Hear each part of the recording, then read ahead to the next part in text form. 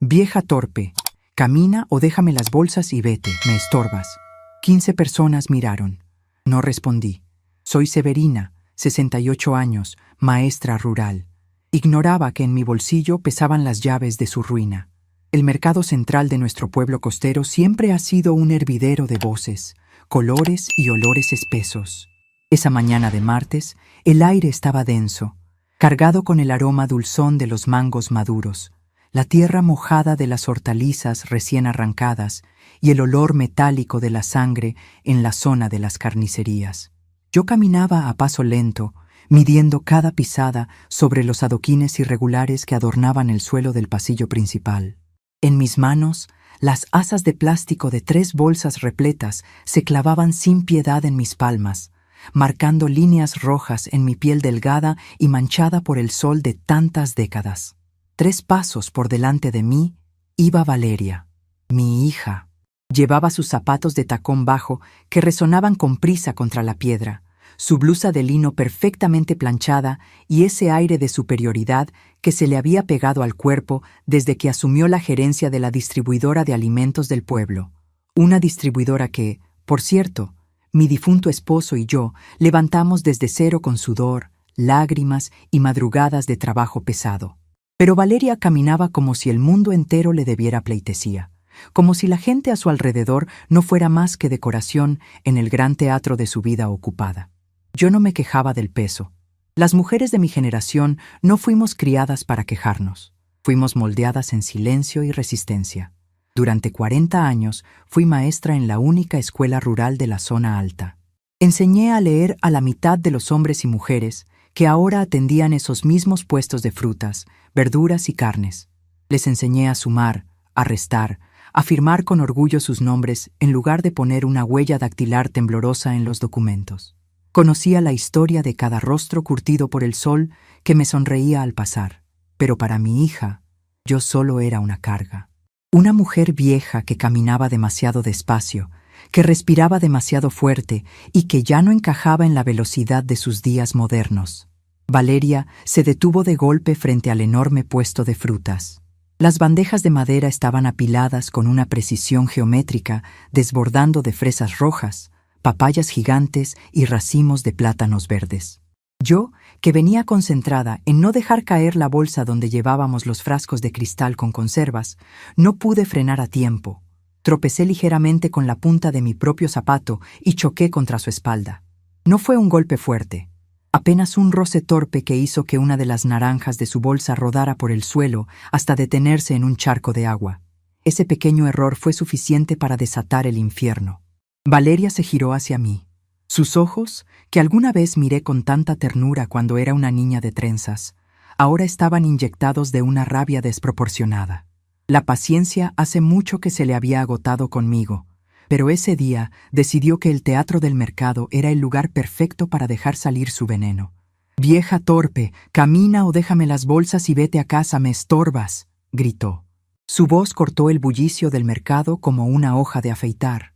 No fue un susurro irritado. No fue un reclamo dicho entre dientes. Fue un grito claro, agudo y cargado de un desprecio tan profundo que pareció congelar el aire caliente de la mañana. El ruido del mercado se apagó. Las conversaciones sobre precios, los regateos, las risas sueltas, todo se detuvo en un radio de 10 metros. Conté mentalmente. 15 personas. 15 pares de ojos se giraron hacia nosotras, sorprendidos por la brutalidad de las palabras. Vi a doña Carmela, la vendedora de hierbas, llevarse una mano a la boca. Vi a un par de muchachos que cargaban costales detener su marcha, con las frentes sudadas y las miradas clavadas en Valeria. Yo me quedé estática. Sentí el calor de la humillación subiendo por mi cuello, quemando mis mejillas. El peso de las bolsas de pronto se volvió insoportable, tirando de mis hombros hacia el suelo. En ese instante, mi mente de maestra analizó la situación con una claridad fría e irónica. Había pasado mi vida entera educando a los hijos de otros, enseñándoles el valor del respeto, la compasión y la paciencia. Y sin embargo, la mujer que llevaba mi sangre, la que había crecido bajo mi propio techo, me trataba peor que a un perro callejero que se cruza en su camino. No respondí. No iba a rebajarme a montar una escena de gritos en medio de los pasillos que tanto respetaba. Apreté los labios y bajé la mirada, dispuesta a tragarme el veneno y soltar las bolsas. Pero antes de que mis dedos pudieran aflojar el agarre, un sonido metálico y seco resonó con fuerza. Era don Ramón, el frutero dueño del puesto frente al que estábamos paradas. Un hombre enorme, de hombros anchos y manos gruesas como raíces de roble viejo. Llevaba su delantal blanco manchado de jugos de frutas y tierra. Segundos antes estaba cortando un melón por la mitad con un cuchillo largo y afilado. Al escuchar a Valeria, don Ramón no solo dejó de cortar, dejó caer el cuchillo pesado directamente sobre la tabla de madera maciza, provocando ese golpe seco que hizo saltar a mi hija. Don Ramón se limpió las manos en el delantal con una lentitud deliberada. Su rostro, surcado de arrugas profundas, estaba tenso. Sus ojos oscuros, que siempre me recibían con una sonrisa cálida y una reverencia sutil, ahora miraban a Valeria con una furia contenida. «A la maestra Severina no se le habla así en mi presencia, muchacha», dijo don Ramón. Su voz era profunda, un trueno ronco que rebotó entre las bandejas de fruta. Valeria parpadeó, sorprendida de que un simple vendedor del mercado se atreviera a dirigirle la palabra en ese tono. Enderezó la espalda, adoptando su postura de jefa ofendida. «Esto es un asunto familiar. Usted dedíquese a vender su fruta y no se meta», respondió ella, intentando sonar altiva, pero su voz tembló apenas una fracción. Don Ramón salió de detrás de su mostrador. Su figura inmensa se interpuso entre Valeria y yo. No levantó la voz, pero cada palabra que pronunció tenía el peso de una sentencia. «Esta mujer que usted llama vieja torpe, me enseñó a leer cuando yo tenía 12 años y trabajaba en el campo de sol a sol. Me enseñó a hacer las cuentas para que nadie me robara el fruto de mi sudor. A ella le debo este puesto, mi negocio y el pan de mis hijos. Así que en este mercado ella es la reina. Usted, en cambio, solo es una malagradecida que no sabe cargar sus propias bolsas». El silencio que siguió fue absoluto. Nadie murmuró, nadie tosió. Las palabras de don Ramón cayeron sobre Valeria como un balde de agua helada. Vi cómo el color abandonaba su rostro. Miró a su alrededor y se dio cuenta de que las 15 personas que nos observaban no la miraban con simpatía, la miraban con repudio. En los pueblos pequeños, faltarle el respeto a la maestra es un pecado que la comunidad no perdona fácilmente. Sin pedir permiso, don Ramón se acercó a mí con una delicadeza que contrastaba con su enorme tamaño. Con cuidado, tomó las asas de plástico de mis manos enrojecidas, liberándome del peso inmediatamente. «Vaya tranquila a su casa, doña Severina. Yo le mando a uno de mis muchachos para que le lleve todo esto hasta la puerta de su cocina. No le voy a cobrar el viaje». Faltaba más. Yo levanté la vista hacia él. Vi en sus ojos el respeto intacto, la gratitud antigua que el tiempo no había logrado borrar. Asentí lentamente, incapaz de articular palabra porque un nudo grueso se había instalado en mi garganta. No era un nudo de tristeza, sino de una revelación abrumadora. Me giré hacia Valeria. Estaba paralizada, con la boca ligeramente abierta, sosteniendo su ridículo bolso de marca contra su pecho. Sus ojos me buscaron, quizás esperando que yo interviniera, que salvara su orgullo herido y le dijera a don Ramón que se disculpara. Pero yo la miré con el mismo vacío con el que ella me había mirado minutos antes. No había rabia en mi expresión, solo una inmensa y profunda decepción. Acomodé mi chaqueta de punto sobre mis hombros, di media vuelta y comencé a caminar hacia la salida del mercado. Detrás de mí, escuché los pasos apresurados de Valeria, pero no me siguió de inmediato. Probablemente tuvo que aguantar un par de miradas de desprecio más antes de atreverse a moverse. Yo caminé con la espalda recta, respirando el aire fresco que entraba por el enorme portón de hierro del edificio. El trayecto de regreso a la casa fue un viaje hacia el interior de mi propia conciencia. El sol de media mañana calentaba mis hombros, pero por dentro yo sentía una lucidez fría y cortante. Había permitido esto. Me di cuenta con una claridad dolorosa de que la culpa de la tiranía de Valeria también era mía. Durante los últimos 5 años, desde que enviudé, había ido cediendo terreno. Le entregué la administración de la distribuidora porque me sentía cansada. Le permití tomar decisiones sobre la casa porque creí que eso la haría sentir útil y responsable. Me fui encogiendo, haciéndome pequeña en mi propio hogar, para no molestarla, para no ser un estorbo. Y ella, en lugar de agradecer el espacio, lo había invadido por completo. Me había convertido en su empleada sin sueldo, en su niñera de recados, en el saco de boxeo de sus frustraciones diarias. Me convenció de que yo ya no entendía el mundo, de que mi mente estaba lenta, de que mis opiniones eran anticuadas y obsoletas. Pero mientras caminaba por la acera bordeada de árboles de jacaranda, supe que todo eso era una mentira. Mi mente estaba tan afilada como el cuchillo que don Ramón había dejado caer sobre la madera. No era una mujer torpe, era una sobreviviente. Había educado a un pueblo entero, había enterrado a un esposo, había levantado un negocio de la nada. Metí mi mano derecha en el bolsillo profundo de mi falda oscura. Mis dedos se cerraron alrededor de un objeto sólido, frío y pesado. Un llavero antiguo de bronce que guardaba 3 llaves largas y oxidadas. No eran las llaves de la casa. Eran las llaves de la caja fuerte del Banco del Pueblo, la caja que mi esposo y yo abrimos hace 30 años. Valeria vivía en un espejismo. Ella se paseaba por las oficinas de la distribuidora gritándole a los empleados, firmando cheques y creyéndose la dueña absoluta del imperio que nosotros construimos. Me trataba con desprecio porque estaba convencida de que el poder le pertenecía por derecho de sangre. Creía que mi vejez era sinónimo de debilidad legal. Ignoraba un detalle crucial, un detalle que, por amor y por paz mental, yo nunca había querido sacar a la luz. Ella no era dueña de nada.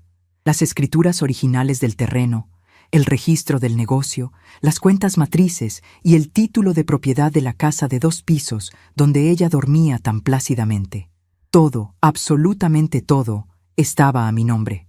Mi esposo, que conocía bien la naturaleza caprichosa y egoísta de nuestra hija, me hizo prometer antes de morir que nunca traspasaría los bienes hasta el día de mi propia muerte. Que se lo gane, Severina, me dijo tosiendo en sus últimos días. Que trabaje, que administre, pero el poder real no se lo sueltes hasta que demuestre que tiene buen corazón. Valeria no solo no había demostrado tener buen corazón, acababa de demostrar, frente a medio pueblo, que su corazón estaba podrido. Mis dedos apretaron el llavero de bronce hasta que los bordes dentados de las llaves se clavaron en mi piel, enviando una punzada de dolor que me sirvió para despertar del todo. El tiempo de la paciencia y del silencio había terminado. Si Valeria quería verme como una vieja inútil, si quería tratarme como a un estorbo que no merecía respeto, ni en público ni en privado, entonces le iba a dar una lección de historia. Le iba a enseñar que los cimientos sobre los que ella pisaba con sus zapatos caros no eran de piedra, sino de papel, y yo era la dueña de ese papel. Llegué a la puerta de mi casa, una estructura hermosa con enredaderas y un porche amplio de baldosas de barro. Respiré profundo, dejando que el aroma a flores entrara en mis pulmones.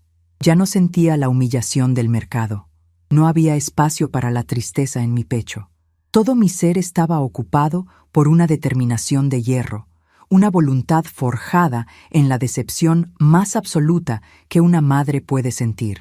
Giré el picaporte y entré a la frescura del recibidor. El silencio de la casa me abrazó, pero ya no me pareció un silencio solitario.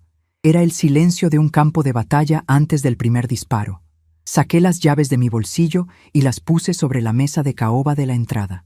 El sonido metálico que hicieron al chocar contra la madera me recordó al cuchillo de don Ramón. Un sonido de autoridad, un sonido de límite.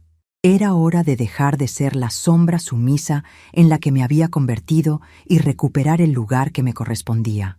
El sonido de las llaves de bronce chocando contra la madera de caoba todavía resonaba en mi cabeza cuando escuché los golpes tímidos en la puerta principal.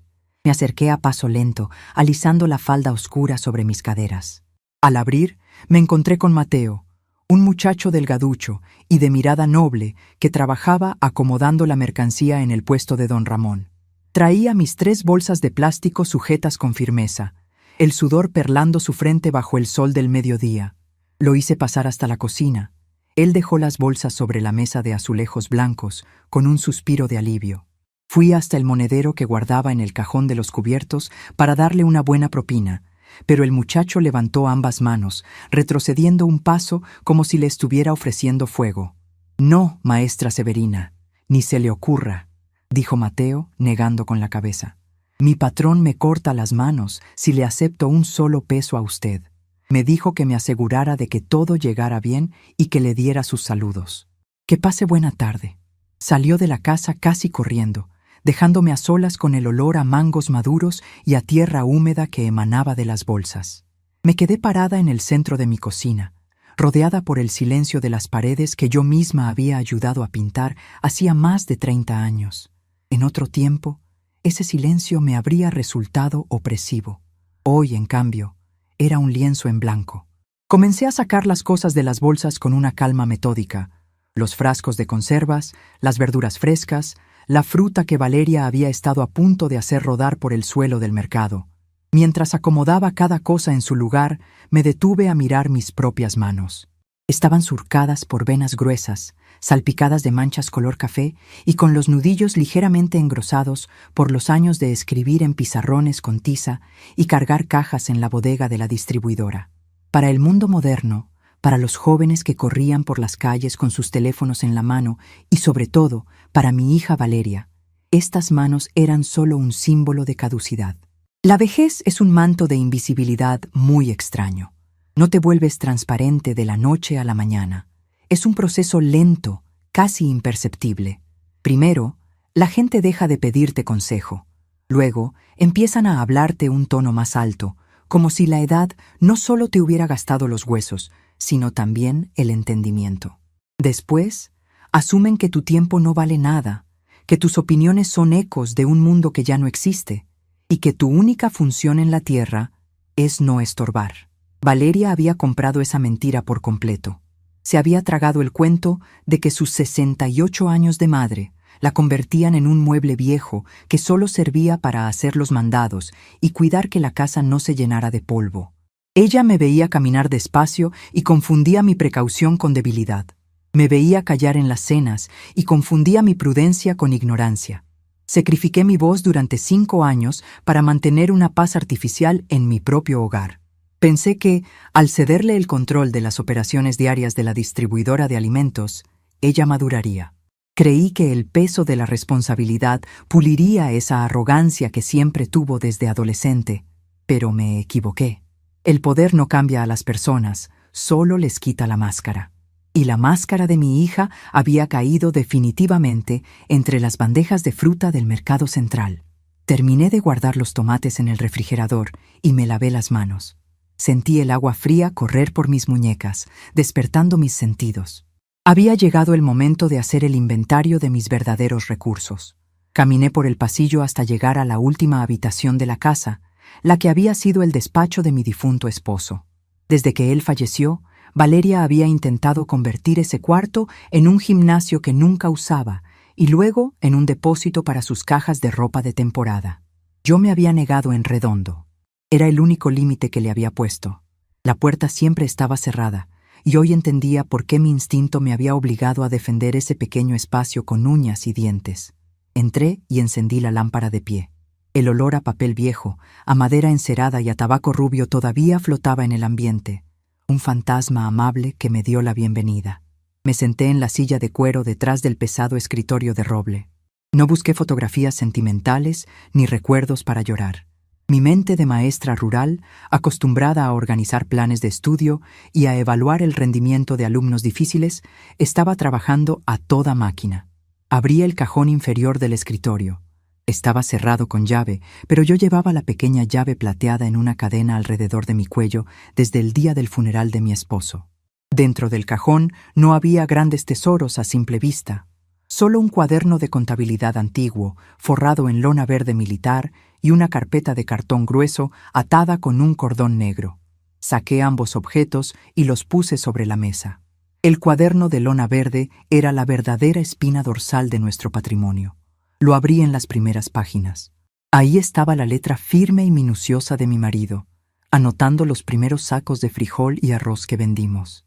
Pasé las hojas lentamente, repasando la historia de nuestro esfuerzo, hasta llegar a las últimas páginas.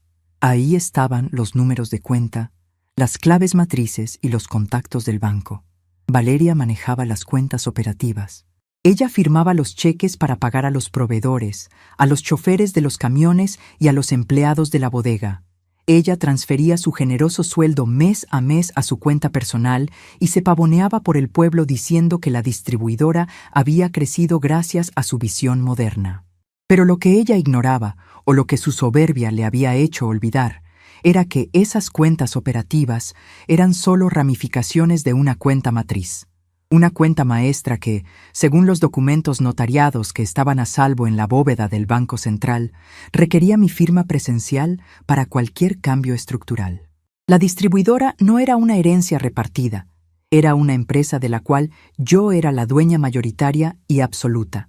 Valeria era, a los ojos de la ley, una simple empleada de confianza con poderes administrativos limitados. Poderes que yo le había otorgado y que yo misma podía revocar con un solo trazo de tinta. Desaté el cordón negro de la carpeta de cartón. Dentro estaban las copias simples de las escrituras de la casa y del terreno de la bodega. El nombre impreso en negritas al calce de cada documento era el mío: Severina Villalobos, viuda de Cárdenas. Recordé las palabras de mi esposo, tosiendo en aquella cama de hospital, con los ojos hundidos, pero la mente brillante hasta el último segundo. La niña tiene la cabeza en las nubes y el hielo en el pecho, Severina. No le entregues las riendas completas. Que se gane la vida, que se esfuerce. Si le das el poder absoluto antes de que aprenda a ser humana, nos va a destruir la obra de toda una vida y te va a dejar en la calle. ¿Cuánta razón tenías, viejo terco?, pensé mientras acariciaba el papel áspero de los documentos. Mi plan comenzó a tomar forma con la precisión de un reloj suizo. No iba a haber gritos en la casa. No iba a rebajarme a pelear con Valeria por el pasillo, ni iba a exigir disculpas vacías que ella pronunciaría solo para calmar las aguas. Una disculpa forzada no sirve de nada. Es como ponerle un curita a una viga de soporte podrida. Valeria necesitaba una lección fundamental, un escarmiento estructural que le recordara cuál era su lugar en el mundo. El primer paso era asegurar mis movimientos. Miré el teléfono de disco, pesado y negro, que descansaba en una esquina del escritorio. Descolgué el auricular y marqué de memoria los 7 números de la notaría del licenciado Cifuentes. Era un hombre de mi generación, un abogado de la vieja escuela que no usaba correos electrónicos y que confiaba más en el peso de un sello de goma que en las pantallas brillantes. El teléfono sonó 3 veces antes de que su voz ronca respondiera. Notaría Pública número 4. Habla Cifuentes. Don Arturo, buen día. Habla Severina Villalobos. Hubo una pausa al otro lado de la línea, seguida de un tono de genuina alegría. Severina, qué milagro escucharla, mujer. Hace meses que no la veo por la plaza. ¿Cómo está la salud? ¿Cómo la trata el retiro? La salud de hierro, Arturo. Pero el retiro se acabó hoy, dije, mi voz sonando mucho más firme de lo que había sonado en años. Necesito que me prepare un documento urgente. Quiero activar las cláusulas de revocación de poderes administrativos que dejamos estipuladas en el acta constitutiva de la distribuidora. Escuché el sonido de una silla rechinando al otro lado de la línea. El tono afable de Arturo cambió de inmediato al de un profesional alerta. ¿Revocación total, Severina? Eso significa que Valeria pierde la capacidad de firmar cheques, aprobar contratos y mover fondos de las cuentas secundarias. Prácticamente la dejas atada de manos en la gerencia. Esa es exactamente la intención, Arturo. Revocación total. Quiero que ella no pueda comprar ni un lápiz para la oficina sin que el banco me llame primero para pedir autorización. Entiendo, dijo el notario sin hacer preguntas impertinentes. A nuestra edad, uno sabe que las decisiones drásticas no se toman por capricho. Prepararé el acta. Necesitaré tu firma y presentar el documento en la sucursal del banco. ¿Cuándo quieres hacer esto? Mañana a primera hora. Iré al banco a las 9 en punto a abrir mi caja de seguridad para sacar los títulos originales. Te veo en tu despacho a las 10 con los papeles. Ahí estaré esperando la maestra. ¿Y Severina? Arturo hizo una pausa. Me alegra escuchar que ha vuelto a tomar la batuta. Colgué el teléfono y me quedé mirando el aparato por unos segundos. La rueda del destino ya estaba en movimiento. Había un poder inmenso en el conocimiento, una fuerza arrolladora en saber exactamente dónde estaban parados los cimientos de la vida de uno. Mi mente voló hacia el día de mañana. El gerente del Banco Central del pueblo era el señor Montenegro, un hombre estricto que siempre trataba a Valeria con una cordialidad excesiva, seguramente creyendo que ella era la dueña del capital que mantenía a flote su sucursal. Iba a ser fascinante ver la expresión de Montenegro cuando yo me presentara con las llaves de bronce, sacara los documentos originales y congelara las facultades de su clienta estrella. Me levanté del escritorio y fui hacia mi dormitorio. Abrí las puertas de mi armario, apartando las blusas de algodón sueltas y los suéteres tejidos que me había acostumbrado a usar en mi papel de viuda retirada. Al fondo, protegido por una funda de tela que olía ligeramente a naftalina, estaba mi traje sastre de lana color café oscuro. Era el traje que usaba en las graduaciones importantes de la escuela rural, una prenda estructurada, de hombreras firmes y corte impecable que me hacía sentir como si llevara una armadura. Lo saqué de la funda y lo colgué en la puerta del armario. Luego busqué mis zapatos cerrados de cuero negro y un pañuelo de seda color mostaza. Mañana no iría al banco vestida como la abuela que hace los mandados y que tropieza en el mercado. Mañana iría vestida como la presidenta de un negocio que facturaba millones. La mujer que había construido todo desde la tierra. Mientras cepillaba el saco de lana para quitarle cualquier rastro de polvo, escuché el ruido del motor del auto de Valeria entrando al garaje. El sonido de la puerta del coche cerrándose con fuerza hizo eco en la casa. Seguramente venía de mal humor, furiosa por la humillación que don Ramón le había hecho pasar frente a medio pueblo. Posiblemente venía dispuesta a gritarme de nuevo, a culparme por no haberla defendido de las palabras del frutero. Cerré la puerta de mi habitación con suavidad y pasé el seguro por dentro. No iba a verla hoy. No iba a darle el gusto de una confrontación estéril ni a permitirle descargar su veneno sobre mí. La ignorancia en la que vivía era su mayor debilidad, y yo iba a mantenerla en esa ilusión hasta que la trampa administrativa se cerrara sobre ella con la fuerza de una mandíbula de acero. Me senté al borde de mi cama, alisando las cobijas con las palmas de mis manos. Una sonrisa pequeña, casi imperceptible, se dibujó en mis labios. Durante 40 años fui maestra. Enseñé a mis alumnos que toda acción tiene una consecuencia, que la falta de respeto a los cimientos de una comunidad trae consigo el colapso de la propia casa. Valeria había faltado a esa clase, pero yo estaba a punto de darle el curso intensivo más doloroso y necesario de toda su vida. Escuché sus pasos resonar por el pasillo, pesados y llenos de arrogancia, buscando la confrontación que no encontraría. La cacería silenciosa había comenzado, y yo tenía todas las piezas listas en el tablero. El sol apenas comenzaba a teñir de morado el horizonte sobre el mar cuando abrí los ojos. No había dormido mucho, pero tampoco sentía cansancio. La adrenalina es un combustible silencioso que no entiende de edades ni de articulaciones gastadas.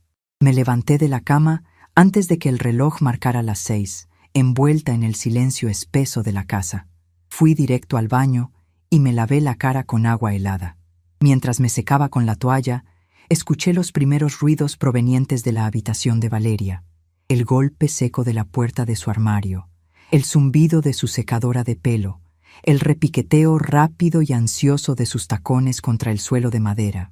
Era la misma rutina de siempre, la danza frenética de una mujer que se creía el centro del universo. Me vestí con una lentitud calculada. El traje sastre de lana color café oscuro se ajustaba a mis hombros con la misma firmeza que recordaba. Me abotoné la chaqueta, me coloqué el pañuelo de seda color mostaza alrededor del cuello y me recogí el cabello blanco en un moño bajo y apretado. Cuando me miré en el espejo de cuerpo entero, no vi a la anciana torpe del mercado. Vi a la fundadora de la distribuidora Villalobos. Vi a la maestra Severina. A las 7 de la mañana, escuché a Valeria entrar a la cocina.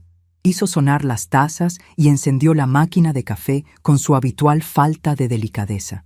Yo permanecí en mi habitación, sentada al borde de la cama, esperando. No tenía ninguna intención de cruzarme con ella. «Dejé dinero sobre la mesa para que compres pan», gritó Valeria desde el pasillo, sin molestarse en acercarse a mi puerta cerrada. «Y por favor, si sales, fíjate por dónde caminas. No quiero que me lleguen más chismes de que andas haciendo teatros en la calle. Tengo reuniones importantes hoy y no estoy para lidiar con tus cosas. No respondí. Mi silencio, que durante años ella había interpretado como sumisión, hoy era simplemente la calma de quien tiene la soga en la mano y está a punto de tirar de ella. Escuché el portazo de la entrada principal y segundos después el motor de su camioneta alejándose por la calle adoquinada. Respiré profundo. El aire de la casa se sintió repentinamente más ligero, como si se hubiera disipado una nube de humo tóxico. Agarré mi bolso de cuero negro. Dentro descansaban las 3 llaves de bronce atadas al llavero oxidado y el cuaderno de contabilidad forrado en lona verde militar. Salí de la casa a las 8:30. El trayecto hacia el centro del pueblo lo hice a pie, caminando con la espalda recta y la barbilla en alto. El aire de la mañana olía a salitre y a pan recién horneado. Algunos vecinos me saludaron al pasar, sorprendidos de verme tan temprano y vestida con tanta formalidad. Yo les devolví el saludo con una inclinación de cabeza, sin detener mi marcha. El Banco del Litoral era el edificio más moderno del pueblo. Tenía puertas de cristal grueso y un piso de mármol que siempre estaba impecablemente pulido. Entré justo cuando los guardias abrían las puertas al público. El aire acondicionado me golpeó el rostro. Me dirigí directamente a la zona de oficinas privadas, ignorando la fila que empezaba a formarse en las ventanillas de servicio. La secretaria del gerente, una muchacha joven que siempre masticaba chicle con la boca cerrada, levantó la vista de su computadora. «Buenos días, señora. Si viene a cobrar su pensión, las ventanillas para la tercera edad están del otro lado», dijo, señalando con un bolígrafo hacia el fondo del pasillo. «No vengo a la ventanilla, señorita. Vengo a ver al señor Montenegro», respondí con voz clara y cortante. «El licenciado Montenegro está revisando correos. ¿Tiene cita? Además, la señorita Valeria suele mandar a su asistente para los trámites de la distribuidora. Dígale al señor Montenegro que Severina Villalobos, viuda de Cárdenas, está aquí para revisar la cuenta matriz empresarial. Y dígale que tengo exactamente 5 minutos para esperarlo antes de llevarme los fondos a la sucursal de la capital». La muchacha dejó de masticar. Mi tono de voz, el mismo que usaba para silenciar a un salón de 40 adolescentes rebeldes, hizo su efecto. Levantó el auricular de su teléfono rápidamente y murmuró unas palabras. Menos de 10 segundos después, la puerta de madera caoba de la oficina principal se abrió de golpe. El señor Montenegro apareció con una sonrisa nerviosa ensayada. Era un hombre cincuentón, de trajes ajustados y un exceso de loción barata que apestaba a cítricos sintéticos. «Doña Severina, qué milagro verla por aquí. Pase, pase por favor. ¿A qué debemos el honor? ¿Pasó algo con las tarjetas de Valeria?» Entré a su oficina y me senté en la silla de cuero frente a su escritorio sin que él me lo ofreciera. Montenegro cerró la puerta y corrió a sentarse del otro lado, juntando las manos sobre su almohadilla de escritorio. «Valeria no tiene tarjetas propias en este banco, Montenegro», dije, mirándolo fijamente a los ojos. «Valeria es una usuaria autorizada de mis cuentas corporativas. Hay una diferencia abismal, y me sorprende que el gerente de mi sucursal lo haya olvidado». El color abandonó el rostro del hombre a una velocidad cómica. Parpadeó varias veces, intentando procesar mis palabras. Durante 5 años, él había tratado a mi hija como a la reina del pueblo, invitándola a cenas de clientes VIP, enviándole canastas de vino en Navidad y aprobando sus líneas de crédito operativas sin chistar. Había cometido el error de los mediocres, confundir al mensajero con el rey. Yo, por supuesto, doña Severina. Nosotros sabemos que la cuenta matriz está a su nombre, pero como la señorita Valeria es la que opera el día a día, no lo dejé terminar. Abrí mi bolso y saqué el cuaderno de lona verde. Lo dejé caer sobre su escritorio. El golpe seco hizo que Montenegro diera un pequeño salto en su silla. Luego saqué las pesadas llaves de bronce. «Quiero acceso a la caja de seguridad número 412. «Ahora mismo», ordené. «Y quiero que abra el sistema en su computadora».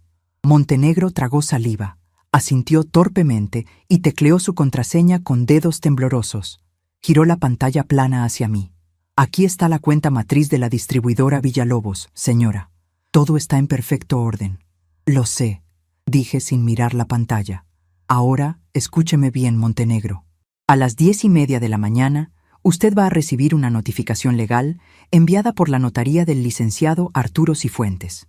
En ese documento se estipula la revocación total y absoluta de los poderes administrativos, financieros y operativos de Valeria Cárdenas Villalobos. Montenegro abrió los ojos desmesuradamente. Se aflojó el nudo de la corbata con un dedo sudoroso. Pero, doña Severina, eso significa que, a partir de las 10:30 en punto, la firma de Valeria no sirve ni para cobrar un cheque de 100 pesos. Se congelan todas las tarjetas a su nombre, se bloquean las chequeras secundarias y se suspenden las transferencias desde la cuenta de operaciones. Si la distribuidora necesita comprar un clavo, el cheque lo firmo yo. ¿Fui clara? Clarísima, señora, tartamudeó el gerente, dándose cuenta de que el imperio que él creía en manos de una joven arrogante acababa de regresar a su verdadera dueña. Estaré esperando el documento del notario para hacer el bloqueo en el sistema de inmediato. Perfecto. Ahora lléveme a la bóveda. Bajamos por una escalera de caracol hasta el sótano del banco. El aire allí abajo era frío y olía a metal antiguo.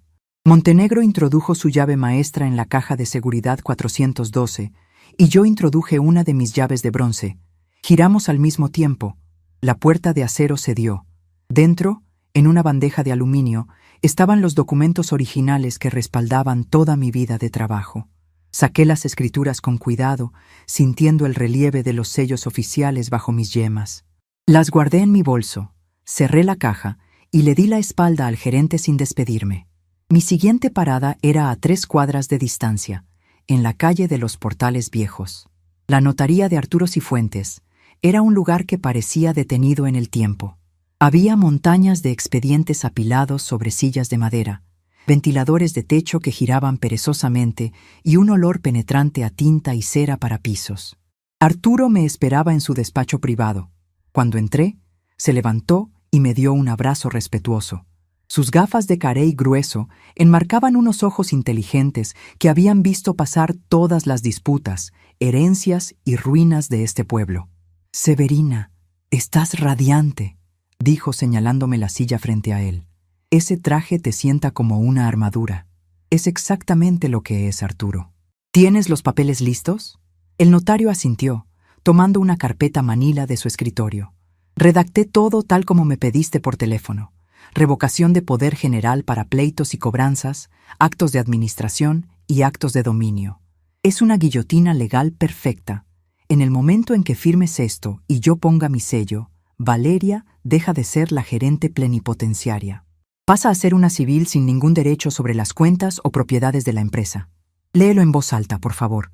Quiero escuchar cada palabra». Arturo se acomodó las gafas y comenzó a leer. Su voz grave resonó en el despacho pequeño, recitando los artículos del Código Civil, los números de folio y las cláusulas restrictivas.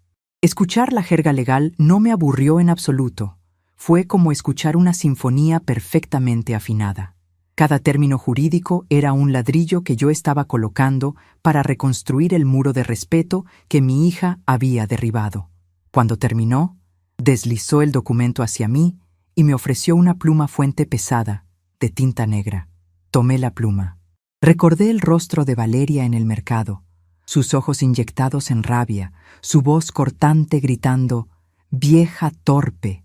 Recordé la humillación, el peso de las bolsas, la mirada de repudio de las 15 personas. Y luego recordé las manos ásperas de mi difunto esposo, construyendo la bodega bloque a bloque bajo el sol inclemente. Firmé. Mi caligrafía de maestra rural, redonda, firme y sin titubeos, quedó plasmada al calce del documento. Arturo tomó su enorme sello de goma, lo presionó contra la almohadilla de tinta azul y lo estampó con fuerza junto a mi nombre. El sonido del sello golpeando el papel fue el disparo de salida. «Hecho está», dijo Arturo, mirando su reloj. «Son las 10:15. Enviaré a mi pasante ahora mismo al banco con la copia certificada para Montenegro». «Gracias, Arturo. Me has devuelto la paz». «No, Severina. Te has devuelto a ti misma tu lugar». Salí de la notaría y el sol ya calentaba con fuerza las calles adoquinadas. No quería regresar a casa todavía. Quería presenciar el inicio del incendio. Caminé unas cuantas calles hasta llegar a la Plaza de los Fundadores. Justo al otro lado de la calle principal se alzaba el enorme edificio de la distribuidora Villalobos. Era una construcción imponente, pintada de blanco, con andenes de carga donde 3 camiones de redilas estaban estacionados. En el segundo piso, detrás de unos ventanales amplios y polarizados, estaba la oficina de gerencia, la oficina de mi hija. Crucé la plaza y me senté en una de las bancas de hierro forjado que quedaba estratégicamente frente al edificio. Compré un café negro en un pequeño puesto ambulante y me dispuse a observar. Desde mi posición podía ver perfectamente a través del cristal del segundo piso. Ahí estaba Valeria. Caminaba de un lado a otro de su oficina, hablando por su teléfono celular, moviendo las manos con esa prepotencia que la caracterizaba. La veía dar órdenes a sus empleados, señalando papeles, sintiéndose la dueña absoluta del mundo.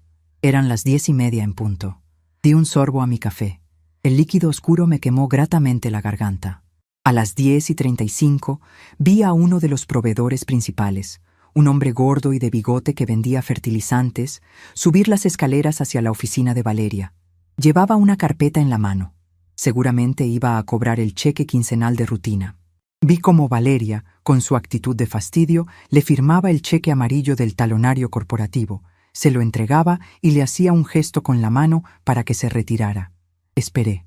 El proveedor salió del edificio y cruzó la calle rumbo a la sucursal del banco que estaba a solo una cuadra de distancia. 10 minutos después, el proveedor regresó, pero esta vez no caminaba despacio. Venía casi corriendo, con el rostro rojo y el cheque arrugado en su mano derecha. Entró al edificio de la distribuidora como un toro furioso. Desde mi banca vi cómo la puerta de la oficina de Valeria se abría de golpe. El hombre entró agitando el papel frente a la cara de mi hija. Pude notar la confusión inicial en el rostro de Valeria. Ella negó con la cabeza, sonrió con suficiencia, como si el hombre estuviera loco, y levantó el auricular de su teléfono de escritorio. Marcó un número. Era obvio a quién estaba llamando. Estaba llamando a Montenegro para gritarle por haber rebotado un cheque de su empresa. La vi llevarse el teléfono a la oreja. Su postura era recta, desafiante, lista para soltar su veneno sobre el gerente del banco. Pero entonces algo cambió. Incluso desde la distancia de la calle, a través del cristal polarizado, vi cómo los hombros de Valeria colapsaban. Su espalda se encorvó ligeramente. La mano que sostenía el teléfono empezó a temblar. El proveedor seguía gritando frente a ella, pero Valeria parecía haber dejado de escucharlo. Se dejó caer pesadamente en su silla giratoria de cuero, con la boca abierta y la mirada perdida en el vacío. Montenegro le estaba leyendo el documento de Arturo Cifuentes. Le estaba explicando que sus firmas eran papel mojado. Le estaba informando que la vieja torpe que no sabía cargar bolsas en el mercado acababa de cerrarle las llaves del reino. Valeria soltó el teléfono. El aparato quedó colgando del cable, balanceándose como un péndulo al borde del escritorio. Se llevó ambas manos a la cabeza, tirando de su cabello perfectamente alisado, mientras el pánico más puro y primitivo se apoderaba de sus facciones. El castillo de naipes acababa de derrumbarse, y yo, con la taza de café aún caliente entre las manos, era la única dueña del viento que lo había tirado.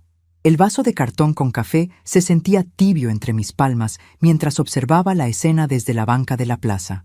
A través del cristal polarizado del segundo piso, el pánico de Valeria era una obra de teatro silenciosa y fascinante. La vi caminar en círculos, tropezando con la esquina de su propio escritorio de caoba. Ese escritorio que ella había mandado a comprar con el dinero de la empresa para sentirse importante.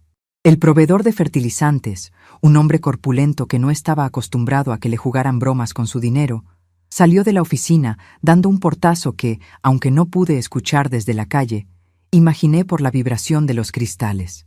Valeria se quedó sola en su pecera de cristal, con las manos temblorosas apoyadas en la cabeza, mirando a la nada. Había llegado el momento. Me levanté despacio, alisando las arrugas invisibles de mi traje sastre color café. Tiré el vaso vacío en el bote de basura de la esquina y crucé la calle adoquinada con pasos firmes. El sol del mediodía me daba de lleno en el rostro, pero no sentía calor. Sentía una claridad helada, una concentración absoluta. Al cruzar las puertas dobles de la distribuidora Villalobos, el mundo exterior desapareció, reemplazado por el universo que mi difunto esposo y yo habíamos creado de la nada. El olor crudo de los costales de yute, el polvo fino de los granos de maíz flotando en los rayos de luz y el ruido sordo de los montacargas moviéndose por los pasillos inmensos me dieron la bienvenida. Era el aroma del trabajo duro, el perfume de mi vida entera. Caminé por el pasillo central, esquivando a los muchachos que cargaban cajas de conservas. La mayoría de ellos eran jóvenes, contratados recientemente por Valeria, y apenas me miraron, asumiendo que yo era una clienta despistada o una viejecita buscando donaciones. Pero al llegar a la zona de pesaje, me topé con Macario. Macario era el capataz general de las bodegas, un hombre de 60 años con la piel curtida y los brazos gruesos como troncos de pino. Él había empezado a trabajar con nosotros cuando la distribuidora no era más que un cuarto de lámina y 2 camionetas oxidadas. Al verme caminar con esa postura recta, vestida con mi traje sastre de las grandes ocasiones, Macario soltó la tabla con los inventarios que llevaba en la mano. Se quitó la gorra manchada de grasa y enderezó la espalda, reconociendo de inmediato a la mujer que le había enseñado a firmar sus primeros recibos de nómina. «Patrona», murmuró Macario, con una mezcla de sorpresa y profundo respeto. Su voz ronca detuvo el trabajo de los 3 muchachos que estaban a su alrededor. «Buenos días, Macario», respondí, asintiendo levemente con la cabeza. «Sigan trabajando. Las entregas de la tarde no se pueden retrasar». «Sí, señora. Lo que usted ordene». Pasé junto a él y me dirigí hacia la escalera de caracol que llevaba a las oficinas administrativas del 2º piso. Mis zapatos de cuero negro resonaban contra los escalones de metal con un eco rítmico, un tamborileo que anunciaba mi llegada. Al llegar al pasillo de arriba, el ambiente cambió. Aquí no olía a maíz ni a esfuerzo, olía a aire acondicionado y a perfume caro. La secretaria de Valeria, una muchacha de uñas largas y pintadas de colores chillones, estaba hablando por teléfono con expresión de pánico. Al verme aparecer, frunció el ceño. «Señora, no puede pasar por aquí. La oficina de la gerente está cerrada. Tenemos una emergencia con el banco». No me detuve a responderle. Pasé de largo, ignorando sus protestas, y abrí la pesada puerta de la oficina de gerencia sin tocar. El despacho era inmenso. Tenía sofás de cuero blanco, alfombras importadas y cuadros abstractos que no significaban nada. En el centro, detrás de un escritorio de cristal y acero que desentonaba con la historia rústica de nuestro negocio, estaba Valeria. Tenía el maquillaje corrido bajo los ojos y respiraba con dificultad, como si acabara de correr una maratón. Sostenía el auricular del teléfono contra su pecho, paralizada por mi entrada repentina. «¿Qué haces aquí?», gritó, recuperando la voz de golpe. «Te dije que no vinieras a estorbar. Estoy en medio de la peor crisis de mi vida. Montenegro se volvió loco. Me acaba de decir que mis firmas están bloqueadas, que hay una revocación notarial. Alguien me está robando la empresa». Cerré la puerta detrás de mí con una lentitud deliberada. El clic de la cerradura sonó como un disparo en el silencio de la habitación forrada de lujos. Caminé hasta el centro de la oficina. Me quité el bolso del hombro y lo dejé sobre una de las sillas de visitas. Valeria me miraba con los ojos desorbitados, esperando que yo me asustara con ella, que le ofreciera consuelo maternal o que, al menos, me pusiera a temblar ante la magnitud de su tragedia. Pero mi rostro era una máscara de piedra. «Nadie te está robando nada, Valeria», dije, con el tono calmado y cortante que usaba hace décadas para reprender a los alumnos que hacían trampa en los exámenes finales. «No se puede robar lo que nunca te perteneció». Las palabras flotaron en el aire frío de la oficina. Vi cómo la confusión en el rostro de mi hija se transformaba lentamente en un entendimiento aterrador. Sus ojos bajaron hacia mi traje sastre, hacia mi postura erguida, y luego volvieron a mi rostro. Dejó caer el auricular sobre el escritorio de cristal con un ruido seco. «¿Qué hiciste?», susurró, con la voz quebrada. Metí la mano en el bolsillo de mi chaqueta y saqué el pesado llavero de bronce con las 3 llaves oxidadas. Lo dejé caer sobre su escritorio inmaculado.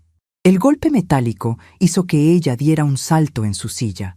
Luego abrí mi bolso y saqué el viejo cuaderno de contabilidad forrado en lona verde militar, poniéndolo justo al lado de las llaves. Hice exactamente lo que debía haber hecho hace 5 años, cuando tu padre murió, respondí, apoyando ambas manos sobre el borde del escritorio y mirándola desde arriba. Puse la casa en orden. Valeria se levantó de un salto. La soberbia, su viejo mecanismo de defensa, intentó salir a flote una vez más. «¡Estás loca!», gritó, golpeando la mesa con las palmas abiertas. «Tú no puedes hacerme esto. Yo soy la gerente. Yo soy la que maneja las cuentas, la que habla con los proveedores, la que levanta esta maldita empresa todos los días. Tú eres una anciana que apenas puede caminar por el mercado sin tropezarse. Te voy a meter a un asilo. Voy a llamar a mis abogados ahora mismo y te voy a declarar incapacitada». No me inmuté. Dejé que sus gritos rebotaran contra las paredes. Cuando se quedó sin aire, respirando agitadamente por la boca, le respondí con una calma que le heló la sangre. «Para contratar abogados necesitas dinero, Valeria. Y adivina qué, no tienes ni un solo centavo». Ella abrió la boca para replicar, pero no salió ningún sonido. «Tus tarjetas de crédito corporativas están canceladas desde las 10:30 de la mañana». Continué, enumerando los hechos con la frialdad de un cirujano. «Tu chequera personal, esa que alimentabas desviando fondos de las ganancias operativas de esta empresa, está congelada porque estaba vinculada a mi cuenta matriz. La camioneta de lujo que dejaste estacionada allá abajo está a nombre de la distribuidora Villalobos. Y la casa donde duermes, donde te das el lujo de tratarme como a tu sirvienta, es propiedad exclusiva de Severina Villalobos, viuda de Cárdenas». Valeria retrocedió un paso, chocando contra el librero detrás de ella. Toda la arrogancia que había exhibido en los pasillos del mercado central se había evaporado. Se estaba encogiendo frente a mis ojos, convirtiéndose en la niña asustada y caprichosa que siempre fue debajo de esa máscara de mujer de negocios intocable. «Mamá». Su tono cambió drásticamente. Ahora era un ruego patético, un quejido agudo. «Mamá, por favor, no me puedes dejar en la calle. Yo soy tu hija. ¿Por qué me haces esto? ¿Por lo del mercado? ¿Por una estupidez de bolsas de fruta? Fue un mal día. Estaba estresada. No te atrevas a reducir esto a un mal día». La interrumpí, alzando la voz por primera vez, haciendo que mi tono de maestra resonara en cada rincón de la oficina. Lo del mercado no fue un accidente. Fue el síntoma de una enfermedad profunda que dejé crecer por demasiado tiempo. Confundiste mi silencio con debilidad. Creíste que, por tener 68 años, mi mente estaba podrida y mi voluntad rota. Di un paso alrededor del escritorio, acortando la distancia entre nosotras. Ella se encogió un poco más. «Durante 40 años eduqué a los hijos de este pueblo», le dije, mirándola directo a los ojos. «Les enseñé a respetar a sus mayores, a valorar el esfuerzo, a ganarse el pan con honestidad. Y mientras yo salvaba a los hijos ajenos, mi propia hija se convertía en un monstruo de soberbia. Tu padre lo vio antes de morir. Él me pidió que no te soltara el poder absoluto hasta que demostraras tener un buen corazón». Señalé el cuaderno de lona verde que descansaba sobre el cristal. Este negocio no se hizo gritándole a la gente desde una oficina con aire acondicionado. Se hizo cargando costales, negociando en la calle, aguantando el sol y la lluvia. Tú te sentaste en la cima de una montaña que no escalaste, y desde ahí arriba decidiste que todos los demás éramos basura. Empezando por mí. Me llamaste vieja torpe frente a 15 personas. Me dijiste que te estorbaba. Valeria comenzó a llorar. Las lágrimas corrían por sus mejillas, arruinando su maquillaje impecable, dejando surcos negros bajo sus ojos. Pero yo había visto suficientes lágrimas falsas de estudiantes atrapados en una mentira para saber que no lloraba de arrepentimiento. Lloraba por las consecuencias. Lloraba porque el poder se le había escurrido de las manos. «Te pido perdón, mamá. Te lo juro. Nunca más te vuelvo a levantar la voz. Te lo juro por la memoria de mi papá. Llama al banco. Diles que fue un error. Tengo proveedores que pagar. Tengo nóminas que firmar el viernes. Los proveedores los pagaré yo», dictaminé, cortando su súplica de tajo. «Las nóminas las firmaré yo. La empresa sigue funcionando perfectamente bien sin ti». Saqué de mi bolso un pequeño talonario de cheques, el verdadero, el que estaba vinculado a la cuenta intocable. Lo abrí sobre el escritorio, saqué mi pluma fuente y comencé a llenar los datos del proveedor de fertilizantes que acababa de salir furioso. Escribí la cantidad exacta, firmé con mi letra redonda y perfecta y arranqué el papel. A partir de este segundo, estás suspendida de tus funciones como gerente operativa, anuncié, guardando el talonario de nuevo en mi bolso. No tienes autoridad para dar ni una sola orden en este edificio. No tienes firma, no tienes chequera y no tienes la camioneta. Valeria se llevó las manos al rostro, sollozando sin control. Su llanto llenaba la oficina, pero a mí me sonaba como el ruido de fondo de un ventilador viejo. Irrelevante. Las llaves del auto, Valeria. Ahora. Ella levantó la cabeza, incrédula. ¿Me vas a quitar el carro? ¿Cómo me voy a ir a la casa? Caminando, respondí sin vacilar. Es un trayecto de 20 cuadras. El ejercicio te hará bien. Te ayudará a pensar. Y de paso, podrás fijarte bien por dónde caminas, para que no vayas a hacer teatros en la calle, como tú misma me aconsejaste esta mañana. Con manos temblorosas, Valeria abrió el cajón de su escritorio y sacó el manojo de llaves de la camioneta. Las dejó sobre la mesa, junto a las llaves de bronce de la caja fuerte. El contraste entre los aparatos electrónicos modernos de su llavero y mis llaves oxidadas era el resumen perfecto de nuestra historia. La modernidad vacía frente a los cimientos inquebrantables. Tienes 2 opciones para tu futuro, le expliqué, caminando hacia la puerta para marcharme. La primera es que empaques tus cosas, salgas de mi casa esta misma noche y vayas a buscar trabajo a otra parte, donde nadie sepa tu apellido. Valeria me miró con terror absoluto. Sabía perfectamente que, sin el apellido y sin la empresa de su padre, ella no tenía ninguna habilidad real que ofrecerle al mundo exterior. ¿Y la segunda?, preguntó en un susurro apenas audible. La segunda es que regreses mañana a las 6 de la mañana en punto. Te vas a presentar en la bodega principal con ropa de trabajo. Vas a reportarte con Macario, el capataz. Empezarás desde abajo, haciendo el inventario de los costales de frijol y arroz en la zona de carga. Ganarás el sueldo mínimo, exactamente igual que los muchachos que empezaron ayer. Y si faltas el respeto a uno solo de tus compañeros, estás despedida. Valeria abrió la boca, horrorizada ante la idea de rebajarse a trabajar en el polvo de las bodegas, de recibir órdenes del hombre al que ella consideraba un simple obrero. Tú decides, dije, agarrando el picaporte de la puerta. Ah, y una última cosa. En mi casa, las reglas han cambiado. Si quieres seguir viviendo bajo mi techo, tú te encargas de lavar tu ropa, preparar tu comida y hacer tus propios mandados. Se acabó el servicio de la vieja torpe. Abrí la puerta y salí de la oficina sin esperar su respuesta. Afuera, la secretaria estaba de pie junto a su escritorio, pálida como un fantasma, habiendo escuchado gran parte de la conversación a través de la madera. Al cruzar miradas conmigo, la muchacha bajó la vista inmediatamente y se enderezó, mostrando un respeto absoluto y genuino. «Señorita», le dije con voz suave pero firme, «lleve este cheque al departamento de contabilidad y dígales que llamen a don Anselmo, el de los fertilizantes, para que pase a cobrarlo. Y dígales que, de ahora en adelante, todo documento financiero pasa por mis manos. Yo ocuparé la oficina de gerencia a partir de mañana a las 8. Sí, señora Villalobos. Enseguida, señora», respondió la secretaria con voz temblorosa, tomando el papel como si fuera un objeto sagrado. Caminé hacia las escaleras y bajé al primer piso. Mientras atravesaba la bodega principal hacia la salida, sentí las miradas de los trabajadores sobre mi espalda. Ya no eran miradas de indiferencia. Eran miradas de asombro y reconocimiento. Macario me hizo una leve reverencia militar al verme pasar, sonriendo bajo su bigote gris.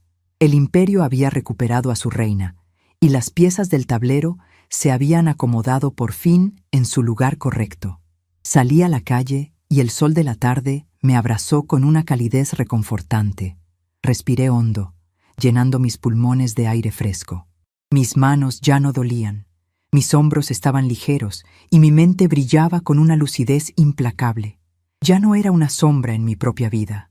El manto de invisibilidad de la vejez se había hecho pedazos bajo el peso aplastante de la verdad. El reloj de pared de mi cocina marcó las 5 de la mañana con un eco hueco. Me desperté antes de que el sol se atreviera a pintar las paredes de mi cuarto. Al abrir los ojos, no sentí ese peso invisible en los huesos que me había atormentado durante los últimos 5 años. La casa estaba sumida en la oscuridad, pero el aire se respiraba limpio, desprovisto de esa tensión venenosa que solía asfixiarme. Me senté al borde de la cama y aguzé el oído. Escuché movimientos en el pasillo. No eran los tacones agudos que solían martillar la duela de madera con prisa y desdén. Tampoco era el ruido de los cajones cerrándose de golpe ni los bufidos de impaciencia. Eran pasos pesados, arrastrados y lentos. Era el sonido inconfundible de unas botas de trabajo con suela gruesa de goma. Valeria había elegido. Me quedé en silencio, escuchando cómo mi hija preparaba su salida. La máquina de café importada no encendió. En su lugar, escuché el tintineo modesto de una cuchara contra una taza de cerámica y el silbido de la tetera vieja. 15 minutos después, la puerta principal se abrió y se cerró con una suavidad que me pareció ajena a ella. No hubo portazos. No hubo gritos recordando que le dejara dinero para sus caprichos. Solo el motor de un taxi que la esperaba en la calle adoquinada, llevándola hacia la bodega principal antes del amanecer. Caminé hacia la cocina. Sobre la mesa de azulejos blancos, la taza que ella había usado estaba lavada y escurriendo boca abajo. Un acto tan pequeño, tan insignificante para cualquier otra persona, pero que en mi casa representaba el primer ladrillo de una reconstrucción monumental. Me preparé mi propio desayuno con la calma de quien tiene el control absoluto de su tiempo. A las 8 en punto, salí de la casa vestida de nuevo con mi traje sastre oscuro. El trayecto hacia la distribuidora lo hice a paso firme. Las calles del pueblo ya estaban vivas, llenas de vendedores barriendo sus banquetas y niños corriendo hacia la escuela. Muchos me saludaron. Yo les devolví el gesto con una sonrisa serena. Ya no era la viuda que caminaba encorvada mirando el suelo. Era Severina Villalobos y estaba yendo a reclamar mi reino. Al entrar al edificio de la distribuidora, el ambiente cambió de inmediato. La secretaria, una muchacha llamada Lucía, se puso de pie como impulsada por un resorte en cuanto me vio cruzar la puerta de cristal. Sus uñas largas y pintadas de colores chillones temblaban ligeramente mientras sostenía una carpeta de reportes. «Buenos días, señora Villalobos», dijo, con la voz un tono más baja de lo normal. «Su oficina está lista. El contador dejó los estados financieros sobre el escritorio, como usted ordenó ayer por la tarde». «Gracias, Lucía. Y por favor, comunícame con Macario en la zona de carga. Necesito que suba de inmediato con 2 muchachos fuertes». Entré a la oficina de gerencia. A la luz de la mañana, el lugar me pareció aún más absurdo que el día anterior. Los sillones blancos, el arte abstracto y, sobre todo, ese inmenso escritorio de cristal y acero que parecía flotar en el centro de la habitación. Era un mueble frío, sin alma, perfecto para una mujer que creía que los negocios se hacían sin ensuciarse las manos. 10 minutos después, Macario entró por la puerta seguido de 2 cargadores jóvenes. Se quitó la gorra manchada de polvo y me miró esperando instrucciones. «Macario, quiero que saquen este escritorio de cristal de aquí», ordené, señalando el mueble con desprecio. «Guárdenlo en el cuarto de Trevejos o véndanlo al fierro viejo, no me importa. Luego, vayan al sótano de mi casa y traigan el escritorio de roble macizo de mi esposo. Y de paso, traigan la máquina sumadora mecánica que está en el último cajón». Macario sonrió bajo su bigote gris. Entendió el mensaje a la perfección. «A la orden, patrona. En 1 hora tiene su oficina como debe ser». Mientras ellos trabajaban, me acerqué al enorme ventanal polarizado que daba hacia el patio de maniobras y la bodega principal. Desde esa altura, podía ver todo el imperio funcionando como un reloj de engranajes perfectamente engrasados. Los camiones de redilas entraban y salían, levantando nubes de polvo dorado. Y allí, en medio de las tarimas de madera y los costales de yute, estaba mi hija. Valeria llevaba unos pantalones de mezclilla desgastados y una camisa de algodón de manga larga para protegerse del sol. Su cabello, siempre alisado a la perfección, estaba recogido en una trenza desordenada bajo una gorra prestada. Vi cómo Macario, antes de subir a mi oficina, le había entregado una tabla con hojas de inventario. Un camión cargado con sacos de maíz blanco se estacionó de reversa. Valeria, acostumbrada a dar la orden desde el aire acondicionado, se quedó parada unos segundos esperando que alguien más hiciera el trabajo sucio. Uno de los muchachos le hizo una seña. Ella vaciló. Luego, Con torpeza, agarró el extremo de un saco de 50 kilos e intentó arrastrarlo hacia la báscula. El peso le ganó. El saco resbaló de sus manos, golpeó el suelo de cemento y levantó una nube de polvo espeso que le cubrió la cara y la ropa. Desde arriba, vi cómo sus hombros subían y bajaban, respirando con agitación. Uno de los muchachos jóvenes hizo el ademán de acercarse para ayudarla a levantar el saco, pero Macario, que ya estaba de regreso en la pista, levantó una mano firme y lo detuvo. El viejo capataz apuntó con el dedo hacia el saco y luego hacia Valeria. Las reglas eran claras. Aquí no había gerentes caídas en desgracia, había peones que tenían que ganarse el sueldo. Valeria se frotó la cara con el antebrazo, dejando una mancha de tierra sobre su frente sudada. No gritó, no hizo un berrinche. Simplemente se agachó, metió las manos bajo la lona áspera, apretó los dientes y tiró con todas sus fuerzas hasta acomodar el saco sobre la báscula de metal. Una punzada profunda me atravesó el pecho. Era el instinto primitivo de la madre, ese dolor agudo que te exige correr a proteger a tu cría, a quitarle la carga de encima y arroparla. Mis manos se cerraron en puños sobre el marco de la ventana. Me obligué a quedarme quieta. Como maestra rural, había visto a docenas de padres arruinar a sus hijos por evitarles el sufrimiento del esfuerzo. La comodidad perpetua pudre el carácter. Valeria estaba enferma de soberbia, y la única medicina capaz de curarla era el dolor muscular, el polvo en los pulmones y el cansancio honrado. Me di media vuelta y me senté a esperar mi escritorio de madera. Las semanas siguientes fueron una demostración implacable de resistencia. Retomé las riendas de la empresa con una facilidad que sorprendió a todos, menos a mí. Las matemáticas no cambian. El comercio de granos y semillas obedece a las mismas reglas de hace 40 años. Cancelé los contratos absurdos que Valeria había firmado con agencias de publicidad caras y redirigí esos fondos para comprar camiones nuevos y mejorar el comedor de los trabajadores. Mi viejo cuaderno de lona verde volvió a ser la brújula del negocio. Los proveedores, que al principio me miraban con escepticismo creyendo que una anciana de 68 años no podría llevar el ritmo, pronto descubrieron que mi mente era una trampa de acero. No se me escapaba un solo centavo. No permitía un solo retraso. La señora Villalobos había vuelto, y con ella, la época dorada de la distribuidora. Pero el cambio más profundo no ocurrió en los libros de contabilidad. Ocurrió en las calles del pueblo. A mediados del segundo mes, decidí que era hora de regresar al mercado central. Era martes, el mismo día en que había ocurrido el incidente que partió nuestras vidas en dos. Caminé por el pasillo principal, escuchando el bullicio, sintiendo los olores intensos de la fruta madura y la carne fresca. A medida que avanzaba, noté algo distinto. El murmullo no se apagó de golpe, pero la gente se apartaba a mi paso con una reverencia genuina. Doña Carmela, la vendedora de hierbas, se puso de pie y me dio los buenos días con una sonrisa amplia. Los muchachos que cargaban costales bajaron la mirada en señal de respeto. Ya no era la vieja torpe. Las noticias en los pueblos pequeños viajan rápido, y todos sabían cómo había bajado a mi propia hija de su trono de cristal para enseñarle humildad. Llegué frente al puesto de don Ramón. El hombre inmenso dejó su cuchillo sobre la tabla de madera y se limpió las manos en su delantal blanco, exactamente igual que aquella mañana. «Maestra Severina», dijo don Ramón con los ojos brillando de orgullo. «Es un honor tenerla por aquí. ¿Le preparo sus bolsas de siempre?» «Buenos días, Ramón. Hoy no vengo por fruta para mi casa», respondí, abriendo mi bolso de cuero negro. Saqué un sobre manila sellado y lo puse sobre sus bandejas de madera.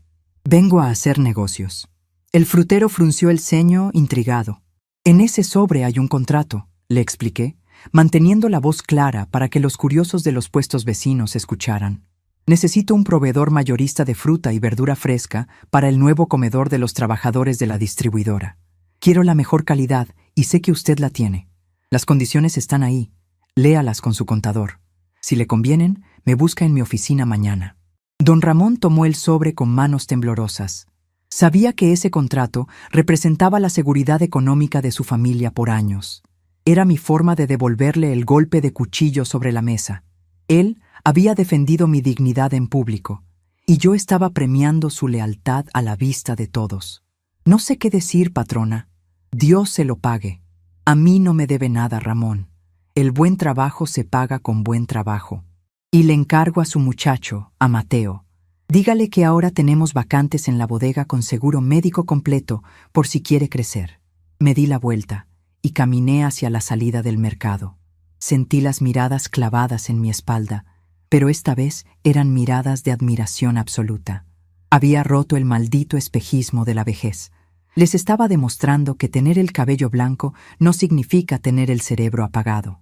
Las canas son el recibo de pago de la experiencia, y el respeto no se exige con gritos, se impone con acciones.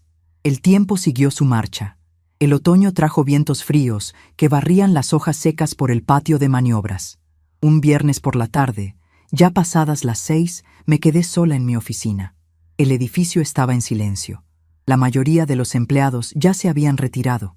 Yo estaba revisando las facturas finales de la semana, sumando las cifras en la pesada máquina mecánica de mi esposo. El sonido metálico de la palanca era una música tranquilizadora. Escuché un golpe tímido en la puerta de madera. «Pasa», dije, sin levantar la vista de mis papeles. La puerta se abrió lentamente. Era Valeria. Hacía 4 meses que no pisaba la oficina del segundo piso.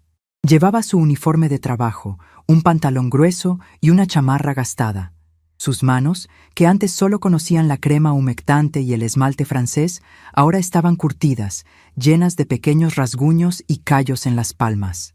Había perdido ese aire de superioridad que le deformaba el rostro. Su postura era recta, pero ya no era altiva.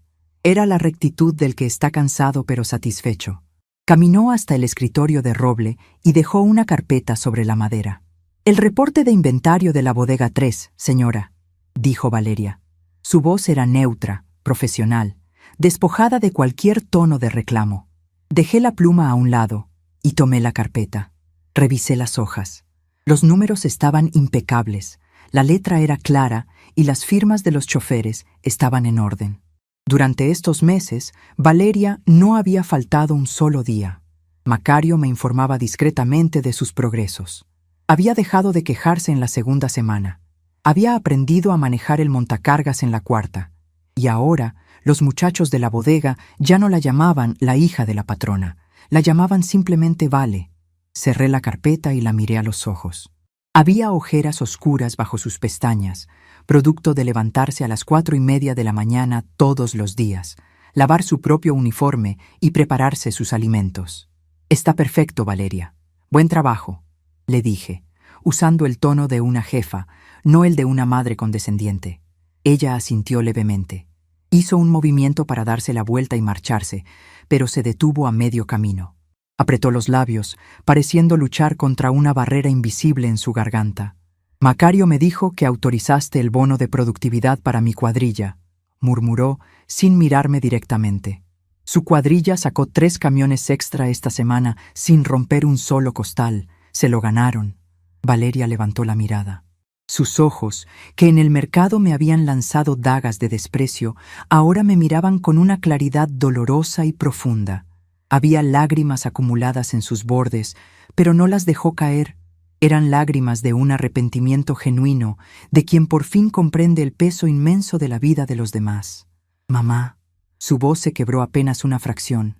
«Tenías razón. Pesa mucho. Cada saco pesa demasiado». No hubo necesidad de explicaciones elaboradas ni de disculpas teatrales. En esas pocas palabras estaba resumida toda su transformación. Había comprendido que el imperio que ella creía suyo por derecho divino estaba construido sobre el dolor de la espalda de su padre y las madrugadas sin sueño de su madre. Había entendido que el dinero es solo papel, pero el respeto es una piedra que se talla a mano todos los días. Me levanté de la silla de roble, rodeé el escritorio y me paré frente a ella. Por primera vez en casi medio año, levanté la mano y le aparté un mechón de cabello suelto que le caía sobre la frente sudada. Fue un toque suave, el toque de la mujer que la cargó en su vientre. «Lo sé, hija», respondí en un susurro. «Por eso tienes que aprender a cargarlo desde abajo, para que cuando llegues arriba nunca se te olvide lo que cuesta». Valeria asintió en silencio, tragó saliva y salió de la oficina, cerrando la puerta con cuidado. Me acerqué al ventanal y miré hacia el horizonte del pueblo, donde el cielo comenzaba a teñirse de un violeta oscuro. La distribuidora estaba a salvo. Mi casa estaba en paz. Y mi hija, la mujer que casi pierdo en el laberinto de la arrogancia, estaba encontrando por fin el camino de regreso a su propia humanidad. Había sido una lección brutal, una cirugía a corazón abierto sin anestesia. Muchos en el pueblo pensaron al principio que yo había sido demasiado dura, que el corazón de una abuela debía ser pura miel y perdón incondicional. Pero yo siempre fui una maestra antes que nada. Sabía que el amor más grande no es el que te da todo en bandeja de plata, sino el que tiene la fuerza de romperte en 1000 pedazos para obligarte a construirte de nuevo, esta vez con cimientos que ninguna tormenta pueda derribar.